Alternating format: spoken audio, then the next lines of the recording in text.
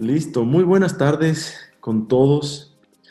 Bienvenidos a este cuarto coloquio organizado por el USFQ Business School. Es para mí un gusto tener con nosotros esta tarde a Ana Dolores Román. Ana Dolores es gerente general de Pfizer, Colombia y Venezuela. Además, Ana Dolores es parte de nuestro consejo asesor del USFQ Business School, así que nos ayuda con temas de estrategia para el Business School, división graduados. Y adicionalmente, y esto tal vez es el cherry on top, Ana Dolores es alumni de la universidad, de la Universidad San Francisco, tanto de pregrado como de posgrado. Sacó un MBA en el Business School. Antes de arrancar, les comento un tema administrativo. Si alguien quiere hacer alguna pregunta para Ana Dolores, necesitamos que la hagan por chat. Lo hacen en chat, puede ser público o privado. Yo tomo las preguntas y se las paso a Ana Dolores. Y si bien la conversación la vamos a tener por 45 minutos, ustedes pueden enviar sus preguntas en cualquier momento. Trataremos de tomarlas en los últimos 15 minutos. Hemos pedido a Ana Dolores un total de 45 minutos para esta charla. Primero que nada, quiero también agradecer a ustedes por participar en esta sesión. Entendemos que el mundo está ahora totalmente en formato virtual y que cada vez la competencia por su espacio, por su tiempo, por su conexión es cada vez más difícil. Así que estamos encantados que ya tenemos 40 personas para esta reunión con Ana Dolores. Así que bienvenidos a todos y bienvenida Ana Dolores. Gracias, Santiago. Bueno, para mí es un gusto estar aquí con ustedes. La universidad siempre ha sido una de mis casas. Yo creo que ahí lo importante es tratar de apoyar en este momento y compartir algo de la experiencia que estamos viviendo, porque son temas muy de moda, se puede decir, pero a la vez muy nuevos para todos. Entonces, gracias Santiago otra vez por la invitación y a las personas que nos están escuchando, ojalá eso sea un valor agregado y en este sentido esperamos escuchar también sus preguntas hacia una nueva realidad. Gracias, Ana Dolores, por esas palabras. Empecemos con la pandemia del COVID. Azota a todo el mundo, el Ecuador no ha sido una excepción. Nos agarra además en una situación económica bastante complicada. Quisiera preguntarte como para arrancar, Ana Dolores, primero, ¿cómo ves la crisis actual en términos generales? Y dado que estás en una empresa farmacéutica, nos encantaría escuchar un poco cuál es tu perspectiva, cómo ves el futuro desde el campo sanitario. Arranquemos por ahí. A ver, arrancamos por ahí. Listo. O sea, definitivamente hay una crisis económica y política profunda en el Ecuador. Lamentablemente nos llegó el virus sin reservas, en donde no nos permiten como país tener una capacidad de reacción más rápida como los vecinos. Y como tú bien dijiste, yo el día de hoy estoy manejando Colombia y Venezuela pues, desde Ecuador, pero he tenido la oportunidad de estar muy vinculada en todos los negocios de Ecuador, Perú inclusive y Bolivia. En esto me permite tener un parámetro de comparación. Entonces, ¿qué es lo que yo veo? Es que no, la capacidad de reacción que tenemos y el apoyo a la población ha sido difícil de lograr en el país. Entonces yo creo que primer mensaje yo quiero que la gente que está escuchándonos se lleve es que los efectos de una pandemia se salen juntos, unidos como sociedad, unidos como país, en lugar de estar divididos. Yo no me voy a entrar a un tema más profundo, pero ya hablando del campo sanitario, que es lo que me preguntas y que tenemos más de experiencia, es que me preocupa definitivamente el número de casos positivos que se están viendo versus la población en Ecuador y un sistema de salud un poco debilitado por deudas y en algún momento hasta inclusive por corrupción. Entonces yo creo que la falta de problemas, la falta de apoyo en ese sentido creo que está un poquito más debilitado en el Ecuador. Entonces, hablando de esto, la visión que yo quisiera compartir es que no existe ningún país en el mundo que pueda soportar más de 4 meses en aislamiento sin un impacto dantesco y negativo, y la economía simplemente se va a apagar si es que esto no sucede. Entonces tenemos una dicotomía desde el punto de vista sanitario con desafíos importantes, pero también con problemas económicos que no solamente afectan al Ecuador, sino que afectan globalmente. Esto es algo completamente diferente de lo que estamos viviendo y que vamos a tener que una presión económica en donde tenemos la obligación de reinventarnos y volver a activar medidas en diferentes sectores estratégicos. Yo creo que esa es una de las misiones que como país se tiene que enfocar, cuáles son los sectores estratégicos en donde salud es uno de los más importantes. Habiendo dicho esto, lo que hemos visto en Ecuador ha sido un poco complejo ver personas fallecidas todos los días y entendiendo los riesgos que nosotros estamos viendo desde el punto de vista de salud, es que poco a poco se convierte en un problema que tenemos que ir luchando desde nuestras trincheras, dentro de nuestros hogares y que simplemente tenemos que enfocar hacia dónde tenemos que seguir trabajando. En este sentido, creo que la dinámica del virus que tenemos nos obliga a pensar que estamos trabajando contra reloj. Entonces, muchas de las conversaciones que se llevan en redes sociales es qué tan rápido se puede tener una vacuna o qué tan rápido se puede tener ciertos medicamentos que puedan ayudar a conllevar la pandemia. Y en este sentido, lo interesante es que la dinámica que se está viendo es que el virus ha producido que en algunas compañías se estén trabajando con un objetivo común, que es lograr conseguir una cura ante la pandemia que estamos viviendo.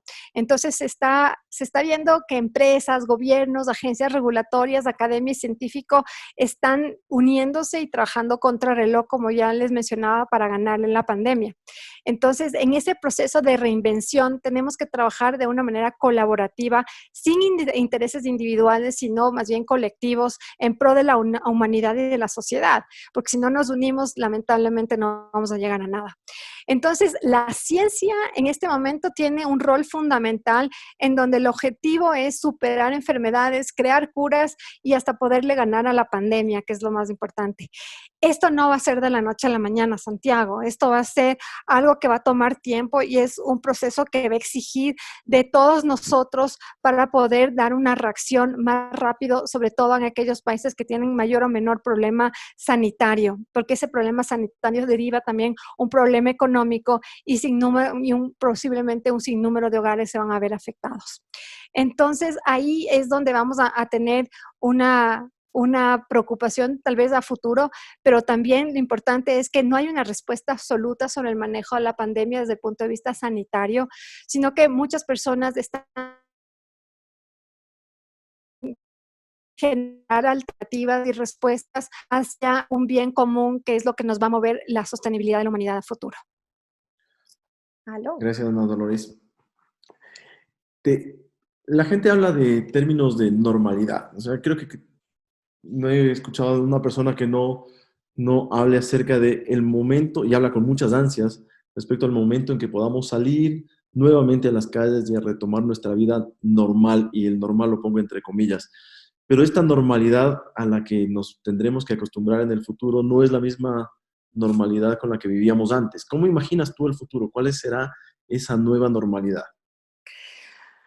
Bueno, yo creo que no va a existir normalidad. O sea, yo creo que el haber atravesado en una crisis global que jamás nos imaginamos, que fue una situación de un día al otro, porque a la larga, si tú te pones a ver cuándo empezó esto, a finales del año pasado y bueno, llega a nuestros países entre febrero, finales y marzo, y de la noche a la mañana todo cambió. Y muchos de nosotros ya estamos cumpliendo 30 días en casa. Entonces, no existe un tema normal, porque definitivamente nuestra vida está cambiando. Cambiarán los sistemas de salud que hablamos, la economía, la geopolítica, el turismo, la manera de convivir, la manera de estar trabajando con coworkers que nunca estuvimos, la manera de hacer ciertos cambios, porque estamos interactuando de una manera virtual que jamás habíamos visto. Decíamos que la dinámica virtual es algo que va a ser parte de nuestras vidas, pero ahora definitivamente es algo completamente diferente. Entonces, yo pienso que en eso podrían haber fases, y en ese sentido, las fases que creo que actualmente estamos en la fase de crisis. Posteriormente tendremos una fase de regreso a lo normal desconocido, lo digo yo, en ese normal que vamos a tener miedo de salir a la calle porque pues vamos a ver a todo el mundo de la diferente manera que estamos viendo ahora. Ya va a ser un regreso paulatino y finalmente vamos a llegar a una tercera fase que posiblemente sea una fase de transformación y de reinvención de la vida. Entonces, esto va a ser bastante incierto, bastante paulatino, diría yo, vamos a tener fases, va a haber idas y venidas del momento de la pandemia, de cómo vamos a salir y cómo ese aislamiento tiene que volverse en un aislamiento inteligente, pero eso va a tener un proceso y dentro de toda la humanidad tiene que continuar. Estos Ese, cambios, sí, perdóname, no, no, dale. sigue, sigue, por favor, no, Dolores.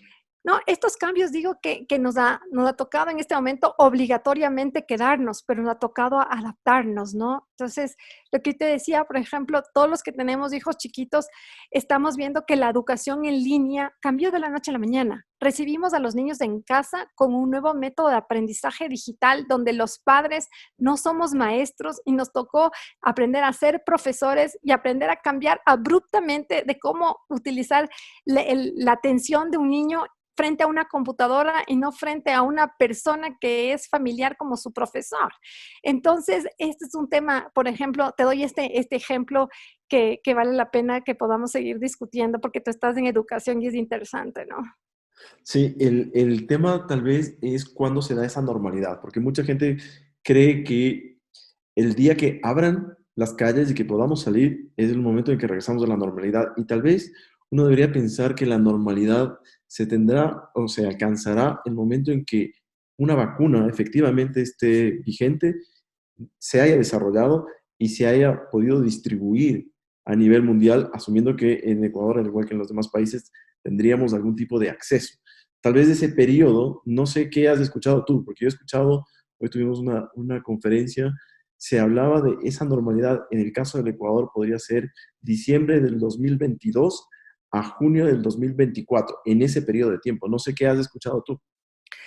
A ver, hay diferentes teorías y el día de hoy tuve también una reunión donde se están haciendo modelos matemáticos en base de temas de epidemiología desconocidos todavía, porque esto es completamente nuevo. Nunca nos enfrentamos, de hecho, nuestras generaciones, todas las que están ahorita vivas, no hemos pasado por esto jamás. Entonces tampoco nos enfrentamos a eso y recién se está empezando a entender qué es lo que se deriva de esta normalidad. Entonces, yo creo que van a haber salidas paulatinas, tienen que haber salidas inteligentes hacia la vida que no va a ser normal. Pero hay papers que están saliendo de Harvard, por ejemplo, y salió el día de hoy, que va a tomar hasta el 2022 finales para que la normalidad que estábamos nosotros acostumbrados vuelva a ser lo que era. A pesar de eso, ¿qué va a pasar en nuestro país? Yo creo que estamos viviendo algo que es el vivir el día, Santiago. Entonces, Ujú. no existe una receta porque esto es totalmente nuevo, pero en ese sentido creo que vamos a ir entendiendo y lo que mencionaba al inicio, lo interesante es que desde la óptica de las compañías farmacéuticas se están uniendo y se están a nivel internacional viendo el objetivo común para entender cómo aceleran, por ejemplo, los estudios clínicos en los cuales están buscando que las fases de los estudios clínicos se reduzcan para obtener la vacuna, porque una de las hipótesis que se tiene, porque todos estamos trabajando mediante hipótesis, es que mientras tengamos más rápido la capacidad de tener una vacuna, es lo más interesante. Yo te digo, lo que estamos trabajando como Pfizer, te digo, es que tenemos muy poco conocimiento sobre los virus generados a través de esto. Y se está basando el análisis con un equipo de científicos, de biólogos, que están tratando de entender estos modelos de cómo van mutando, cómo va migrando este proceso de conocimiento de la enfermedad. Entonces, lo que se está trabajando mucho es en el capital humano y en la ciencia y en la tecnología. Y lo que se dice es que hay que tener un poco de paciencia para que volvamos a la nueva normalidad, a ese nuevo momento donde podamos salir a darnos besos y abrazos en una fiesta con un desconocido que posiblemente no sabemos si es que está o no está contagiado todavía o es una persona que tiene la enfermedad carga dentro, ¿no? ¿Cómo le ves tú al sector empresarial ecuatoriano? Como tú dijiste, nos ha tocado de repente ser profesores en casa, hemos tenido que adaptarnos a ser cocineros de 3 comidas diarias, lo cual se pone medio interesante, un poco cansón, pero interesante. Las empresas también les cogió de repente. Entonces, ¿Cómo crees que las empresas se están adaptando y por tus conversaciones con colegas, otros gerentes generales en diferentes industrias, qué es lo que están haciendo las empresas en general? ¿Cómo se están adaptando a esta nueva situación? Y después, desde el punto de vista capital humano, cuáles son esos skills que hoy son más importantes que nunca dentro de las empresas para este proceso de adaptación? Bueno, a ver, cada empresa reacciona dependiendo de cómo venía siendo preparada. O sea, si estaba Ujú. preparado era mucho más fácil reaccionar hacia este cambio de la noche a la mañana de un manejo virtual a un manejo presencial a un manejo virtual. Eh, las empresas que mejor están adaptándose son aquellas empresas que tenían planes de contingencia preparados. De acuerdo a pues lo llaman los Business Continuity Plan, aquellos planes que preparan dentro de las empresas por si existe un desastre natural, por ejemplo. Algunas empresas trabajan en esos Business Continuity Plan asegurando cuáles son los procesos críticos de la empresa que le dan la sostenibilidad en el tiempo. Entonces ahí es lo que yo veo. Aquellas empresas que están saliendo y se están adaptando mejor son aquellas que tenían de alguna u otra manera planes de mitigación o contingencia preparados para salir adelante, dentro de un futuro completamente incierto. Entonces, ¿qué es lo que estamos viendo? Es que ahora las cadenas de suministro, por ejemplo, se tornan tremendamente importantes.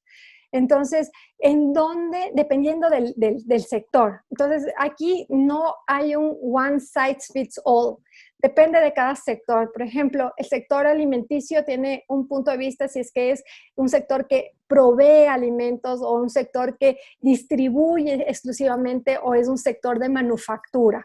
Entonces, yo creo que los planes de contingencia son tremendamente importantes en este sentido. Y yo veo que si las empresas están más preparadas en eso, las fases de adaptación van a ser más rápidas. Entonces, te digo, lo interesante de esto es que exista claridad de cuáles son los procesos críticos dentro de las empresas y basado en los procesos críticos de aquellas empresas, entender cuáles son aquellos importantes en este momento para darle sostenibilidad y continuación al negocio y cuáles son aquellos que podemos dejar a un lado. Lo que sí he visto en este punto es que un cambio radical y rapidísimo a la tecnología. Es algo que no todas las empresas estaban preparadas. Entonces, ¿cómo adaptar y cómo evitar que existan cuellos de botellos gigantes en donde el cliente lo único que hace es tratar de llamar a las empresas a proveerse de temas que son claves en la vida de uno? Entonces, yo me pongo a pensar que lo que estamos haciendo ahorita es entender la pirámide de Maslow y entender que las cosas básicas son las que tienen que ser también analizadas dentro de la empresa. Entonces ahí yo creo que hay temas que son súper claves. Planes de contingencia, entender claramente cuáles son las fortalezas de la empresa, en qué áreas está más o menos y tiene que ir mejorando y en eso se tiene que ir tratar de adoptando. Y te voy a dar dos ejemplos bien interesantes en ese sentido. Pinto, la empresa Pinto, ¿ya? De la noche a la mañana hacían camisetas, pantalones, medias y ahora tienen su catálogo de máscaras antifluido y uniformes antifluido. Automáticamente cambió su modelo de negocio. ¿Por qué? Porque en este momento tiene que adaptarse a la situación. Y ahora manejan eso, lo hacen en línea y lo trabajan de una manera tremendamente alta. Cuvier, que es otra empresa, está desarrollando túneles para desinfección. Entonces, ¿qué es lo que sucede? Las empresas tienen que aprender a reinventarse dentro de las fortalezas y los valores que tienen para atender rápidamente a la gestión y sobrevivir en esta crisis. Ese proceso que tú mencionas de adaptación ocurre en un momento en el que las ventas están por los suelos. O sea, la contracción en ventas o en facturación en las empresas obviamente depende de las industrias. Hay algunas que se han fortalecido en esta época, pero en términos generales la economía sigue cerrada. ¿Cómo se maneja la liquidez de esas empresas? ¿Cómo priorizas el nivel de gasto en esas empresas para atravesar este momento entre lo que hacía ya no lo puedo hacer? y mientras me reinvento, me estoy comiendo la liquidez. ¿Cómo lo manejas? A ver, yo creo que ahí lo importante es manejar muy bien las finanzas de la empresa. O sea, entender cuáles son los costos fijos que tú tienes y cuáles son aquellos costos variables que de alguna manera, o gastos variables en los cuales tú puedes disminuir y evitar hacer gastos en este momento. O sea, yo creo que uno tiene que analizar claramente cuáles son las líneas de negocio del estado de pérdidas y ganancias. En ese estado de pérdidas y ganancias tienes que definir qué gastos tienes que mantener, qué gastos tienes que en este momento tratar de ajustarte, eliminar para tratar de manejar pues la rentabilidad de una empresa. Entonces, te voy a dar algunos de ejemplos que creo que vale la pena trabajar. Hoy por hoy, en las empresas, en mi empresa, por ejemplo, nosotros no, mucho de nuestras empresas son fuerza de ventas. La fuerza de ventas no está haciendo trabajo face to face con el médico. En mi caso, una farmacéutica que hace visita médica. ¿Qué estamos revisando? Estamos revisando las giras. La gente trabajaba a nivel del país, iba de una ciudad a otra para completar las giras de negocio. Hemos eliminado todo el gasto de giras, porque eso es algo que lo vemos en marzo, abril, mayo, eliminación total. ¿Por qué? Ese gasto no se va a incurrir, entonces tenemos que ajustarnos los cinturones para no tener que hacer algún tipo de ajuste mayor. También estamos revisando eventos. Los eventos, muchos eran eventos presenciales, apoyo de educación médica continua. Eso no estamos haciendo, entonces también lo eliminamos. Entonces, la sugerencia ahí es tratar de revisar absolutamente todas las líneas de negocio, qué cosas son de todas maneras que hay que hacerlas, que tenemos que manejarlas, cómo tenemos que analizar las finanzas y después qué cosas podemos prescindir. Y pues lo que está de moda es tener las reservas. Okay. Reservas es básico, tanto a nivel gubernamental como a nivel de la empresa. Entonces, ahí es aquellos temas que son importantes de manejar, es lo que te estoy mencionando, analizar cada línea del estado de pérdidas de ganancias. Ok, gracias, Ana Dolores. Desde el punto de vista estructura de costos, dependiendo de la industria o dependiendo inclusive de la empresa, el costo de mano de obra es alto en la estructura de costos de las empresas ecuatorianas. ¿Qué hacer al respecto? ¿Cómo negociar condiciones con los trabajadores? Porque la situación es muy simple. O la empresa cierra o nos adaptamos y hacemos que la empresa sobreviva. Y si uno puede tomar una decisión, en realidad debería ser un liderazgo compartido donde los trabajadores puedan estar involucrados en el proceso. Si votamos a 10%, ¿no sería mejor que todos nos bajemos el sueldo a 10%? ¿Cómo llevar a cabo ese tipo de negociaciones o cuáles son las alternativas?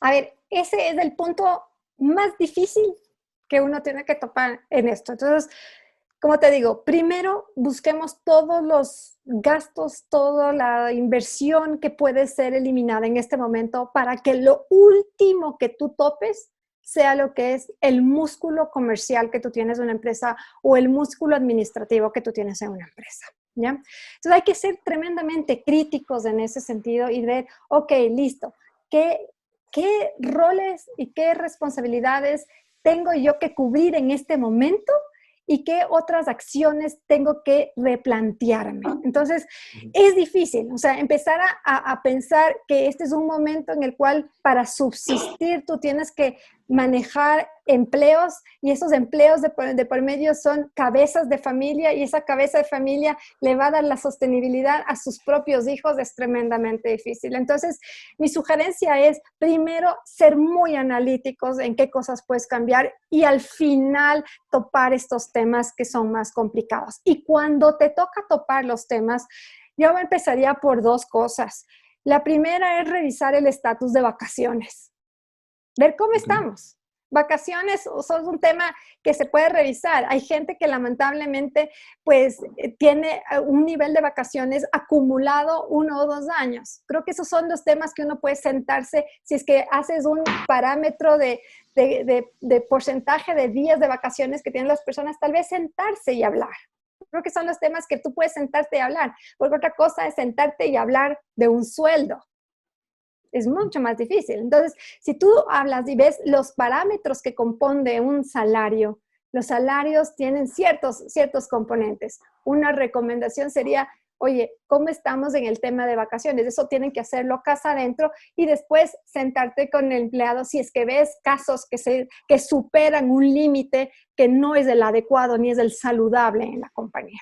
Entonces es algo que se puede evaluar y después sí, pues evaluar cuáles son las alternativas, que se tienen si es que es necesario hacer algún tipo de reestructuraciones, pero yo soy partidaria de que primero busquemos y hagamos esa limpieza general del estado de pérdidas y ganancias y después al final dejemos todo lo que es el músculo comercial y el músculo administrativo de una empresa, porque también si vamos a empezar a pensar en desempleo, eso es un círculo vicioso en lugar de ser un círculo virtuoso. Yo creo que hay que plantearse la estrategia, hay que plantearse el modelo estratégico que tenemos que hacer en este momento y con eso colocar el recurso humano para darle resultado a la estrategia, no la estrategia al recurso, sino siempre pensando en la estrategia, la estructura y las personas.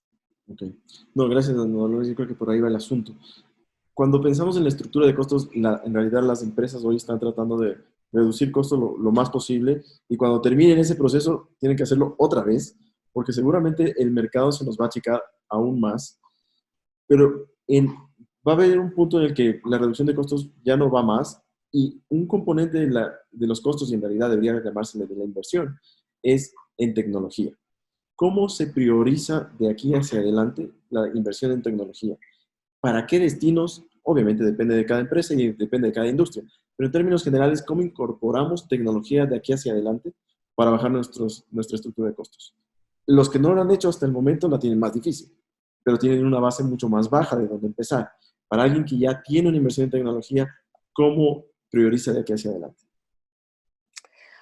A ver, este es un tema súper interesante porque, como te decía, de la noche a la mañana la tecnología nos invadió absolutamente rapidísimo. O sea, y eso es sentido. Ahora, no podemos pensar en que ahora todo es tecnología y nos convertimos en la moda de la tecnología. Porque también tenemos que tener cuidado en lo que se convierte en una necesidad versus la moda. Entonces, yo creo que ahí tenemos que tener un poco de cuidado. Entonces, primero mi recomendación es,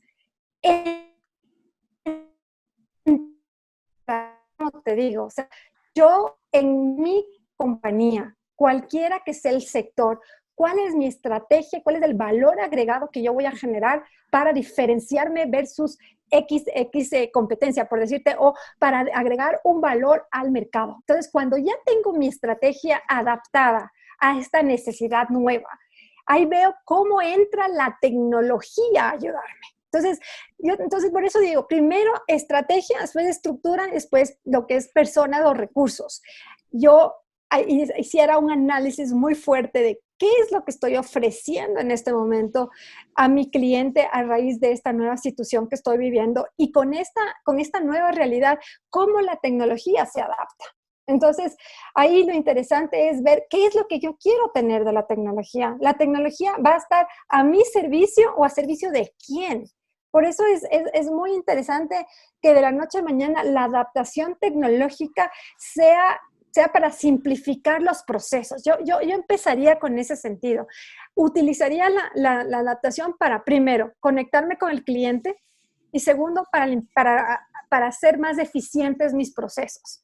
Y después de eso, cuando ya la estrategia esté clara, hiciera algún tipo de acciones adicionales. Pero la tecnología tiene que adaptarse a la estrategia, no la estrategia a la tecnología. Perfecto, clarísimo. Y vamos, una pregunta específica para Pfizer, una para ti, en tema más personal, y después abrimos esto para preguntas. Desde el punto de vista Pfizer, ¿cómo les ha ido a ustedes con el teletrabajo? ¿Estaban preparados? Sí, estábamos súper preparados. De hecho, en ese sentido, nosotros ya veníamos desde hace algún tiempo fomentando lo que es el working from home, o sea, el trabajo desde casa. Entonces, para nosotros, el trabajar virtualmente era algo que sí lo teníamos dentro de nuestro día a día. De hecho, aproximadamente 2 o 3 días a la semana, los colegas administrativos tenían la posibilidad de negociar, porque eso es un tema de negociación. Y en este momento de pandemia tenemos que tener muy bien las capacidades de negociar, tanto de las compañías hacia afuera, hacia el mercado, como de los empleados hacia la compañía. Entonces, nosotros teníamos la flexibilidad del trabajo desde casa. Y en ese sentido, dependiendo de la importancia, lo teníamos o no adaptado de mayor o menor medida a nivel mundial. Ahora, eso te estoy hablando de la parte administrativa. Lo que nos tocó cambiar completamente es frenar a la fuerza de ventas.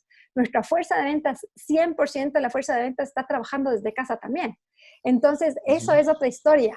Cuando tú tienes un 60% de fuerza de ventas a quienes tú ya no los tienes en la calle porque los estás cuidando, como el bienestar es lo prioritario que tenemos, la salud y el bienestar. Si en una compañía de salud tenemos que empezar casa adentro. Los empleados de fuerza de ventas de la noche a la mañana de estar 100% en campo, llegaron a la casa y era un cambio completamente distinto. Entonces, ¿qué hicimos? Adaptar la educación en línea para que estén pues a la vanguardia de la información médica que tienen que tener para estar capacitándose durante este periodo de pandemia. Entonces, lo que hicimos es, administrativos estaban bastante acostumbrados, estábamos muy acostumbrados. De hecho, yo manejaba Perú desde Ecuador viajando y ahora estoy manejando un mercado nuevo para mí hace 2 meses desde Ecuador, totalmente virtual. Pero mi equipo comercial ha estado cambiando su esquema de trabajo, cambiando su esquema de visión hacia lo que es la tecnología de punta que están empezando a utilizar de una manera más diaria.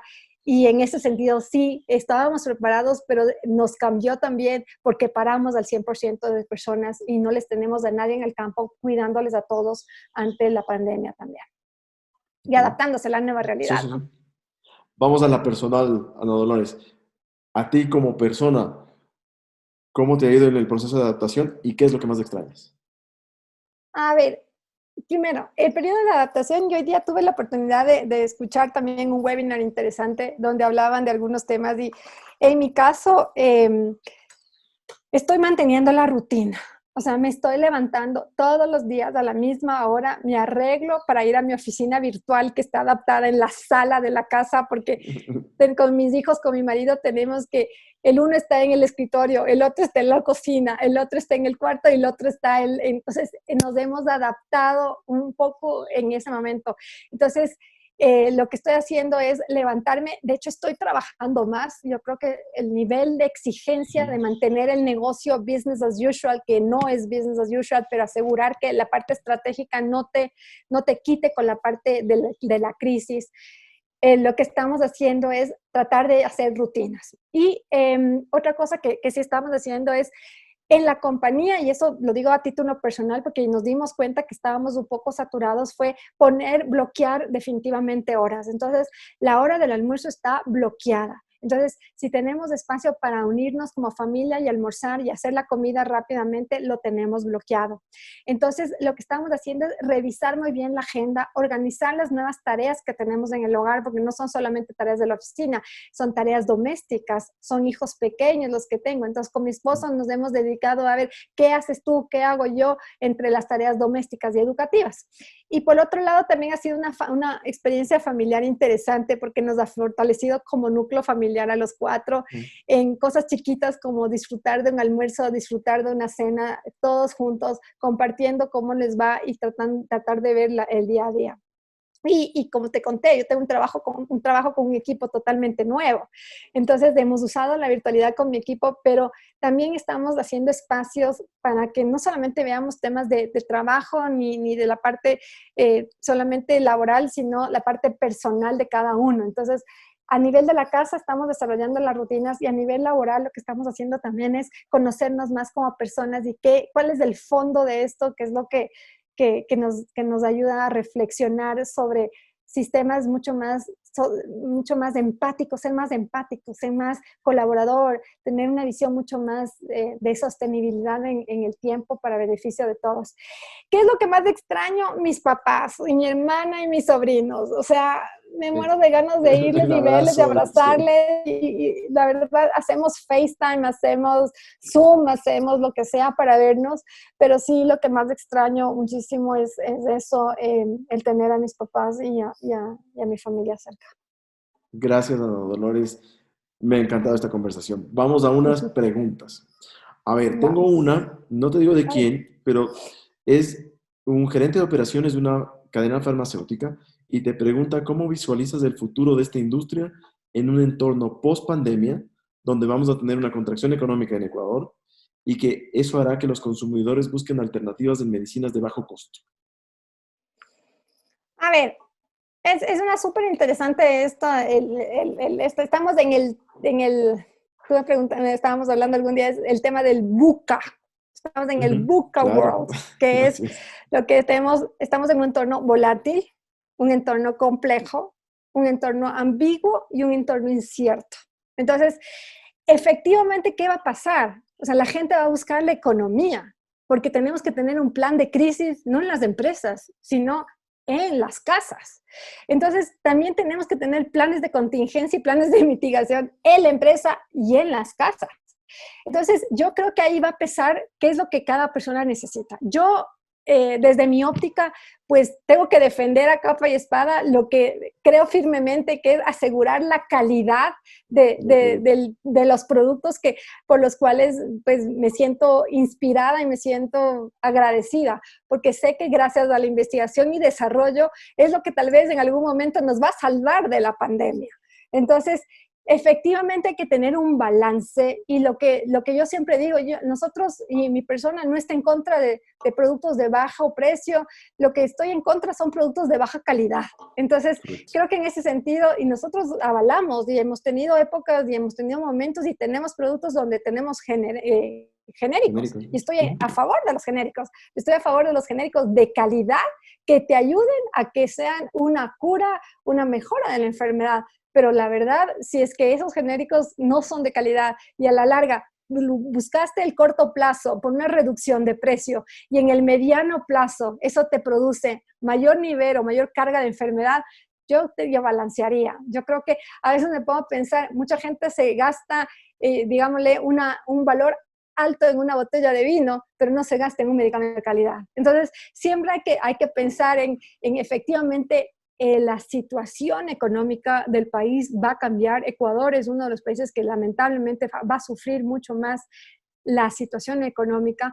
Sin embargo, ese plan de contingencia que les estoy mencionando a nivel de las empresas, tenemos que tener plan de contingencia en nuestras casas. Ok. La billetera completa, o sea, tenemos que ver cuánto gasto en comida, cuánto gasto en esto, cuánto gasto. Ahora hemos tenido, así como les mencionaba, la reducción de los viajes, pues vamos a tener una reducción en comida, en gastos, vamos a tener una reducción en cine. Y eso yo lo que digo es, esas reducciones que se conviertan en ahorro, en las reservas que tenemos que tener familiarmente hablando. Gracias, Ana Dolores. Tenemos otra. Dice, ¿crees tú que es prudente tener por 2 años una jornada reducida en las empresas según la propuesta del ministro de Trabajo? Mira, yo creo que eso depende de cada empresa, ¿no? Y en ese sentido, eh, yo no soy partidaria de las jornadas reducidas porque a la larga uno termina trabajando exactamente lo mismo o más. ¿Ya? O sea, si te dicen a ti, oye, baja un número de horario, pero a la larga siempre terminas trabajando mucho más. Bueno, Lo bájame el número de importante, proyectos. Sí. exacto, yo creo que estamos en este momento donde que tenemos que cambiar el chip, tenemos que trabajar más bien en función de resultados, en función de proyectos. Entonces, cuando empezamos a tener esa visión y esa mentalidad de, oye, vamos a visualizar que dentro de mi estrategia de compañía, los proyectos prioritarios que tengo que atacar sí o sí para tener la sostenibilidad en el país y en mi propia empresa, tienen que ser priorizados. Y con eso tenemos que entender qué estructura yo necesito. Entonces, yo más que empezar a pensar en bajar la jornada laboral, buscaría tres cosas. Es empleo, competitividad y productividad. Serían las tres cosas que trabajaría mucho más sólido. Entonces, no sé si lo mejor sea acogerse a bajar, a bajar la jornada laboral, si a la larga el trabajo es lo que tenemos que tener y vamos a tener un montón de trabajo que hacer porque estamos en proceso de transformación y de reinvención. Ujú. Ana Dolores, tengo algunos participantes claramente de la industria farmacéutica, o sea que veo que vienes con cola. Eh, Hola, hola. Nos preguntan, ¿cuál es el futuro de eventos estratégicos en medicina que son importantes para el desarrollo de conocimiento científico y networking? Los típicos congresos médicos. ¿Cómo ves el futuro de esos eventos?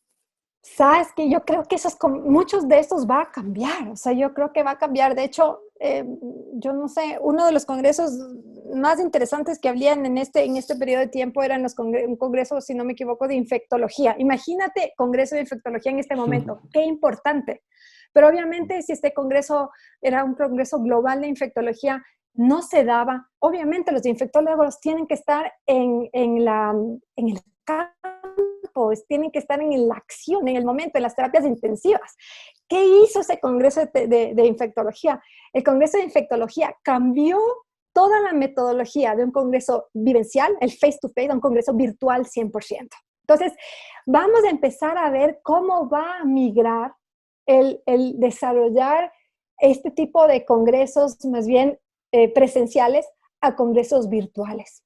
Y yo creo que ahí vamos a empezar a ver que la manera de hacer eventos va a migrar hacia eventos que agreguen valor, webinars que agreguen valor, webcasts que agreguen valor, proyectos que agreguen valor. Entonces, creo que ahí va a cambiar. Yo creo que la industria farmacéutica, como la industria de alimentos, como la industria de textiles, van a cambiar y se van a tener que adaptar a la nueva realidad. Entonces, adaptándose a esta nueva realidad, yo creo que tenemos que tratar de entender cómo rápidamente tenemos que adaptarnos a estas nuevas capacidades que necesitamos en el futuro. Los médicos van a tener que ser expertos en entender qué quiere decir telemedicina, qué quiere decir teleconsulta, qué quiere decir todos esos términos que estaban súper bonitos y rimbombantes, pero que ahora se hicieron realidad de la noche a la mañana. Entonces, pienso yo, o sea, mi pensamiento es que va a cambiar. ¿Cómo va a cambiar? No sé, pero va a cambiar.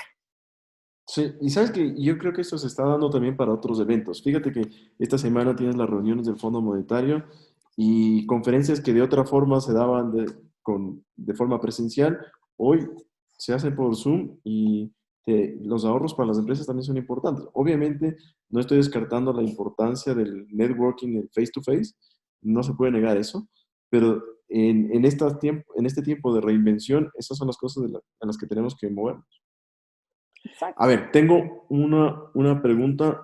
Te mandan felicitaciones también, Ana María. Gracias, Ana gracias. Un Dolores. abrazo, un abrazo. A ver, tengo una por acá. Dice, respecto al crédito a las empresas, ¿sería recomendable cambiar los días plazo? Si manejamos entre 30 y 90 días, ¿qué es lo recomendable desde el punto de vista de conservar flujo y también apoyar a los clientes? O sea, el periodo de cobro en cuentas por cobrar. Súper específica esto. Súper difícil el tema del periodo de cobro en este momento. O sea, yo creo que ahí les dije hace un momento que hay que aprender a negociar mejor. Yo creo que una de las competencias soft, tú me dijiste, Santiago, que vamos a hablar un poco de competencias soft. Creo que una de las competencias que más tenemos que entender en este momento son la capacidad de adaptación, como ya lo mencioné, pero es la capacidad de negociación. Entonces, creo que las cuentas por cobrar se van a venir en un proceso bastante complejo. Yo creo que hay que entender en qué momentos los clientes no te están pagando y por qué no te están pagando. Entonces, creo que hay que hacer un análisis muy minucioso, cliente por cliente, de cuáles son las razones por las cuales el cliente no está pagando y cómo tú asegurar que tú estés en la cola, pero en las etapas de priorización. O sea, lo interesante es que tú estés priorizado dentro de la lista de clientes que deben estar pagando. Este es uno de los temas que yo siempre recomiendo. ¿Cómo lograr esa priorización? Entendiéndole al cliente, poniéndote en los zapatos de tu cliente que te está debiendo, teniendo un nivel de empatía y teniendo un nivel de comunicación. Yo creo que vamos a vernos afectados, y no solamente en Ecuador, yo creo que en toda América Latina, el tema de cobranzas, el tema de plazos, eso va a ser un desafío que vamos a enfrentarnos y vamos a tener que entender un poquito más allá. Se pueden analizar temas como beneficios por pago anticipado, por pronto pago. Entonces, esas figuras se podrían utilizar para generar algún tipo de descuento, de ahorro en las cuentas que estamos manejando. Pero definitivamente mis consejos son entender bien a la contraparte y negociar. Y seguramente tienes que negociar también por el lado de cuentas por pagar. O sea, yo creo que Totalmente. todos vamos a sufrir los periodos de cobro y de Mm, pago y habría que sí, buscar un equilibrio en el que uno no termine financiando al cliente. de acuerdo. Y Eso es un balance, totalmente. última pregunta para cumplir con nuestro tiempo justo. Nos Mm. preguntan, en un escenario de post-pandemia, ¿qué rol cumplirá la tecnología en la industria de consumo masivo? Esto es muy específico, a consumo masivo. Bueno, a ver, yo solamente me pongo a pensar primero en el durante la pandemia. ¿Se han puesto a pensar cómo ha cambiado la cadena de suministro en víveres, en farmacias, eliminando o cerrando locales por el doble o triple de motorizados para hacer delivery? Entonces yo creo que hay que empezar en el durante la pandemia.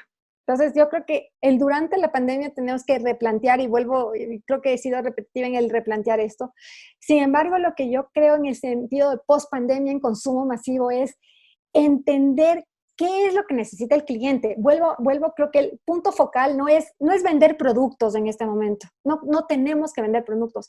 Tenemos que vender servicio al cliente, qué es lo que en este momento le está moviendo y qué es lo que va a buscar. O sea, ahí yo creo que nuestro manejo de mercadeo, el manejo de logística y manejo de supply chain, la parte de supply creo que va a ser fundamental en ese sentido. Y también creo que en este punto se va a empezar a ver que el manejo en consumo masivo, el manejo de delivery, va a ser algo que no va a parar en la pandemia. Es algo que más bien, yo lo que sugería el otro día que estaba de juez en un proyecto, es que ayudemos a las startups para que estas startups ayuden a empresas de consumo masivo, empresas farmacéuticas, empresas de servicio, para que den una mentalidad más fresca hacia una nueva visión post pandemia. Gracias, Ana Dolores. Creo que con eso cumplimos nuestro tiempo. Te agradecemos enormemente. Me ha encantado esta conversación contigo. Quisiera agradecerte a ti y agradecer a todos los participantes que se unieron a esta charla el día de hoy. Y ya te comprometeré para una nueva ocasión post pandemia. Post pandemia. Muchas gracias a Listo. todos que han escuchado. Gracias a ti, Santiago. Y bueno, tenemos que seguir generando estos espacios para conversación y plantear los temas que son críticos en este momento. Así es que les agradezco mucho por estar aquí presentes, y gracias a ti, Santiago, otra vez. Gracias, Ana Dolores. Buenas tardes con todos. Muchas gracias. Adiós.